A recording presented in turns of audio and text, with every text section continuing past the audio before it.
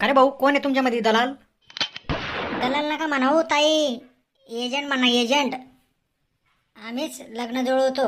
Agent मी, सकाराम तात्या. एजंटचा काही शब्द ऐकेल नाही भाऊ मी ना आजपर्यंत. कसं काय एजंट म्हणून राहिला तू? हा कुठला फॉरेनचा शब्द आणला तू ना? अहो ताई, हा इंग्लिश शब्द आहे. एजंट म्हणजे मध्यस्थी. अरे तेच तर सांगू राहिली भाऊ मी तुले. मध्यस्थी म्हणजे दलाल. जसा डोराचा व्यवहार होतो तिच्यात कसा दलाल राहतो, तो रुमाला काढून बोटा दाबतो मग भाव पडतो, तसं झालं ना मग हे. आईला ताई, कसं सांगू तुले? एजंट म्हणता, एजंट. मध्यस्थी म्हणून आम्ही एजंट म्हणून काम करतो. ताई मला बी विचारात टाकलं तुमनं. मध्यस्थी म्हणजे एजंट असतो. दुसऱ्या भाषेत घरजोडे. दोन घरांना एकत्र आणणारा त्याला म्हणता घरजोडे. अरे दलालच आला ना रे भाऊ. काय तुम्ही बी माझे डोकं पिकावून आले. बरं ताई, काय हरकत नाही. दलाल का म्हणा ना. दलाल तर दलाल. बरं, आता मी काय म्हणतो ते ऐका तुम्ही. ऐके करताच तर बसले रे भाऊ इथे. सांग ना, तू काय म्हणतो तर. आम्ही तुम्हाला पोरगीचा बायोडाटा पाठवला होता, फोटो बी पाठवला होता. तुम्हाला जे पोरगी आवडली त्यांनी जर घरी बोलायचं असलं तर आधी त्यांना गाडी भाडं टाकणं पडेल.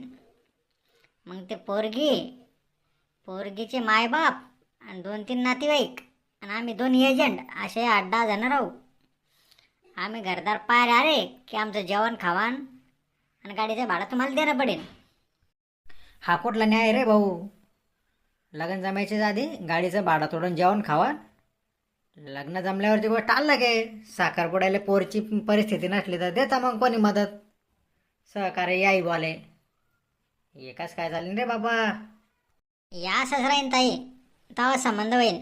नाही तर मग पहा तुम्ही तुमच्या हिशोबानं तुमच्या समाजात भेटत असले तर. अरे भाऊ, आमच्या समाजाला आकडे लागली ना, म्हणून तर तुमच्यासारख्या दलालांचे पाय धरणे पडू राहिले आम्हाला आता. आणि तिच्यात तुम्ही अशा आडून पाहू राहिले अजून.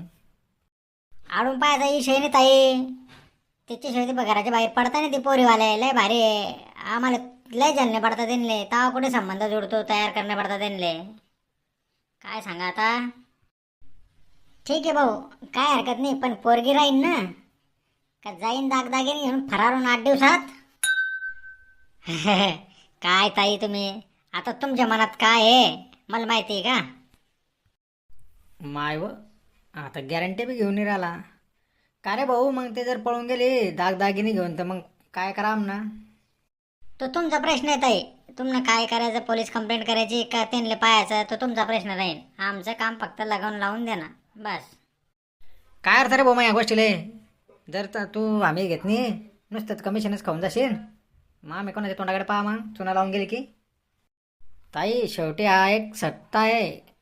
शेवटी नशिबाचा भाग. या अंधी आहे, पत्तेचित झाल्यावर समजतं काय गेम गेला का आला तर. आता पहा तुम्ही गेम लायाचा का नाही लायाचा. तर आमचं काम आहे पोरगी तुमच्या घरापर्यंत आणून देणं, पटल्यावर दोघींले लग्न लावून देणं, त्याचेच आम्ही पैसे घेता. आणि का रे भाऊ, तू म्हणतो पळून गेल्यावर तुम्ही काय करा. तुमचं आणि त्या पोरचं जर साठलोटा असलं, लग्न लावून दिलं तुम्हाला, तुमचं कमिशन तुम्हाला भेटून जाईन. दोघी त्याला लायले आणि ते पोरगीने जर सुपडं साफ करून गेले, तिच्यात बी तुमचा वाटा असला तर मग आम्हाला कसं काय समजेन? मग तुमची शाळा आहे म्हणून. ताई सांभाळून बोल तू. असे धंदे आमना करेल नाही आजपर्यंत. 50 संबंध झाले पण सगळ्या पोरी नांदून राहिल्या. समजलं का? भाऊ 50 झाल्या का 5 झाल्या का 0 झाले आम्हाला काय माहिती. तुम्हाला आमच्या लिस्ट दिली की नांदुराले ॲड्रेस आहेत, तुम्ही ते विचारून पहा म्हणून. लिस्ट द्यायला का तुमचं नामचा काही करार व्हायले की तुम्हाला आम्हाला आगाऊ काढून दिला 1000, 5,000? अरे गब्बा सानावं झेपऱ्या हो. काय कुठे घेऊन चालले विषय? काय करता बोलावला त्यांना आपण ना घरी? त्यांचं नका कानावर घ्यावं तुम्ही. ताते साहेब तुम्ही पहा, ते पोरीवाल्यांशी बोला तुम्ही. पोरगी आम्हाला आवडेल, फोटोत तर चांगली वाटते, आता आल्यावर समजीन काय आहे तर. पोरगी जर आवडली ना, तुमचं कमिशन बी देऊन टाकू, त्यांचा गाडी घोडीचाही खर्च करू. हे झाली लाखाची एक. चांगलाच दिसतो रे भाऊ तू. तुझ्या मनासारखी झाली ते लाखाची एक. आणि आम्ही तुला विचारलो आलो गॅरंटी कोण घेईन पळून गेली तर, आणि आवडा खर्च आधी द्या का, तिच्यावर तर तू सप्लाय मारून मोकळा होऊन गेला.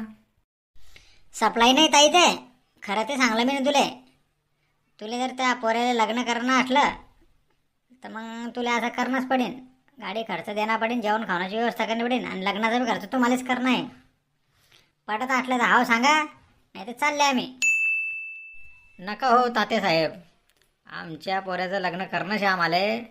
पैसा काय कमवला जाईन साला, पण तुम्ही ते बोलून घ्या, द्या तारीख. का रे भाऊ, सोन्यासारखा लेक आहे माया, फसगत नका करता रे बापा हो. तुमच्यावर भरोसा ठेवतो आम्ही देव म्हणून सांग. ताई, पहिल्यांदा बी सांगलं मी तुले की तुझ्या पोटात काय मला माहिती आहे का. आता शेवटी तुमचं नशीब, आम्ही बी चांगलंच पाहून देऊ.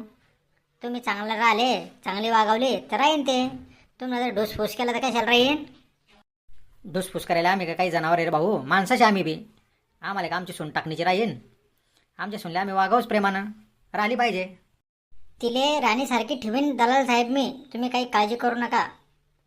ती राहिली पाहिजे अशा हिशोबानं तुम्ही त्यांना व्यवस्थित समजून सांगा. माणसं देवासारखे साधे भोळे, पोरगे पितळाचा देव आहे बा, हे तुम्ही समजावून सांगा. वाटल्यास जमल्यावर तुम्हाला माझ्याकडून एक पार्टी देईन मी. तू चूप बस ना रे, काय कातावला एवढा लग्न करायला पार्टी देतो त्यांना. आवडे दलाली कमिशन घेऊन आले तरी ते देतोच त्यांना अजून. हे तुमच्या सारख्या पोरांना मातावून टाकले त्यांना. हो मग आता करते काय, पर्याय कुठे. समाजवाल्यांना तर अशी गोळी लागून गेली, कोणी उभं करत नाही. पाहिले म्हणून बाजून बाटलो नाही मी, 2 वर्षापासून लग्नाला तयार आहे. पण काय समाजाचे घेऊन बसली न काय हे करते. जाऊ दे ना, पार्टी खातीन तर नाव तर घेतीन ते आपल्या दलाला. कर रे बापा कर, तुला पटलं ते कर, तू काही आमचं ऐकणार नाही. पाय रे बो दलाल भाऊ, आण रे बापा पोरगी घरापर्यंत. शेवटी आता पुढे आमचं नशीब. तुम्ही बी काय कर शांती आता. आता देव म्हणून तुमच्यावर भरोसा ठेवतो. मान तुमच्या खांद्यावर आहे, कापेची का साबूत ठ्यायची तुमच्या हातात आहे आता. ताई भरोसा ठेवा, आम्ही बी माणसं आहे काही काही दलाल फ्रॉडवे आहे, पण आम्ही तिच्यातले नाही. आमचं नावच घेसान तुम्ही. काय करता हो, आता रिस्कचं घेणेच पडेन, रिस्कशिवाय काहीच नाही. चालेल, बोलवून घ्या त्यांना मग. ठीक आहे, आता परवा दिवशी रविवार आहे, रविवारच्या दिवशी त्यांना बोलवून घेतो, लावून देतो फोन. तुम्ही तयारीत राहा मग.